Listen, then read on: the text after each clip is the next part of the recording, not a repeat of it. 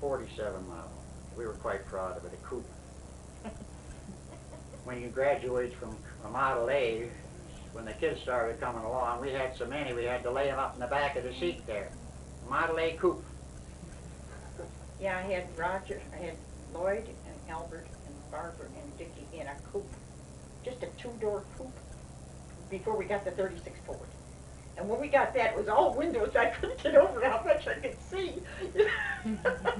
Pulled out on 4th Street out of the dealership, and we were blinded by all that light coming in.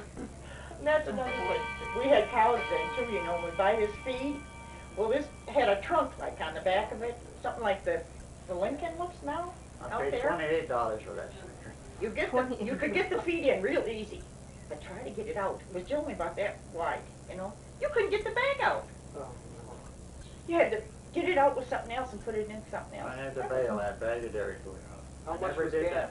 Huh? How much was gas back then? 8 for $1 at one time, Yeah. and all the way from Romania, and it was real good gas. They imported it. Yeah. 8 gallon for $1.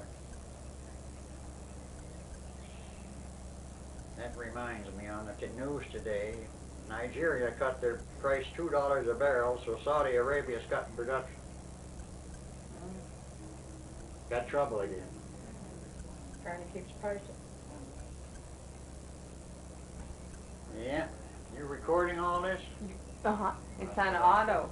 See the little blinking light? It's supposed to be here born. Yeah, where were you both born?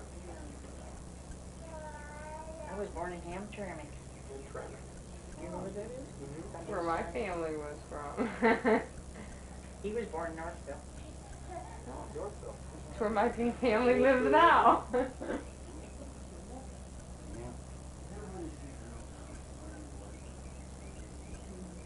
The old man, that's where he got his start in the cement. He'd make these urns, you know, out of cement with all different things, and then when we moved into the city there, my mother was still living at the time, we had a place on Tireman Avenue there, about maybe a mile from the real estate office. He'd go down in the basement and experiment with making imitation marble and stuff, and then write books. You can still find his books at the little paperbacks in the libraries and stuff. Really? Oh, What's his name? A.A. Houghton.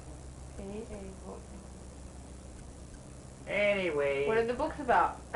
About cement and Oh. making marble, all Oh. that stuff. just from experimentation, then he'd come up and write it. See, that's the basis of all of it. See, and of course everybody accepted as being authoritative. See, they're just people just like us. All them ones that write them books. I'd like to know though, how did he make the urns? Did he have a mold? Yeah, he probably did. Must have had a mold. That was I was quite young at that time. Something like hydrocal nowadays. You know about hydrocal, don't you? Instead of ceramics, you make it out of hydrocal. It's, what do you call that stuff?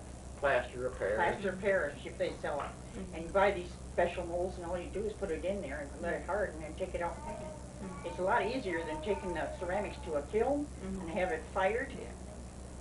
She paid, I think, $7.50 for a plastic mold to make an eagle, and then she put too much plaster of Paris in there. It took 2 men and a boy to lift that thing. Oh no, they was like that Supposed to anyway. hang it on the wall. I bought one, and I made one, and he wouldn't hang it up for me outside anywhere. So a friend came over one night, and I said, well, do you want something like this eagle? I said, I can't get it hung up, so she took it. And after I got rid of it, I wanted to know, someone had another friend of mine, I had given her the other mold. It wasn't like he said at all. I had given her the other mold. She was in the business of making these different things. So she made me up another one, and I painted it, and I finally got Albert to put it on the porch, the front porch outside, and I sprayed it with that stuff that, what you call it? Polyethylene. Polyethylene or something that keeps it waterproofed. I finally got it up. But I've got a lot of hydrocal pictures, hand painted. Nice ones, you know, old-fashioned pictures about like this, like a woman sitting in a chair, rocking chair, and a cat on the rug and all that stuff. And I got one paper tool. They call it paper tool or something like that. You take pictures and you cut them out and you put them on there, and then you take the same picture and put another one on to make it like three-dimensional, and you spray it off. Then I've got birds. background of a wood background. You paint the wood first, and you take this bird and you hollow it out with a spoon with water, get the body hollowed out. Then you put this stuff, some kind of earthen, I forget what they call it, some kind of earth stuff that you put in there to hold the body out. And then you paste it on this board. It looks just like you can go up there and, you know, pick them out. I got a great big blue heron about this big. And red one, cardinals, 2 cardinals on it. Real pretty. I got them in my bedroom. I did a lot of that stuff when we first moved to Florida because I didn't have anything to do, you know. Where'd you learn how to do all that? We went to classes, my friend and I. Give her a little imitation of the sign language there, while You want me to sign your name? S-T-E-H-O-U-U.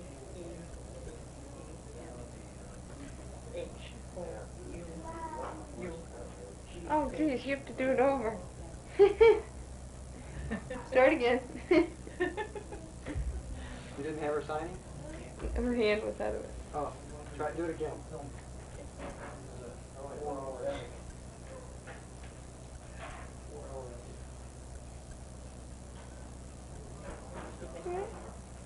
John.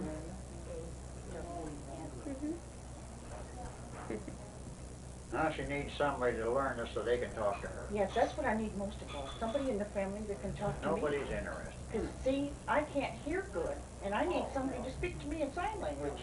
You know all of the other gestures? Yeah. Like Dawn I know. and I took 2 college courses, sign language. Yeah. But see, if you don't practice, you forget them. Yeah. You forget the words. I'm forgetting all of them.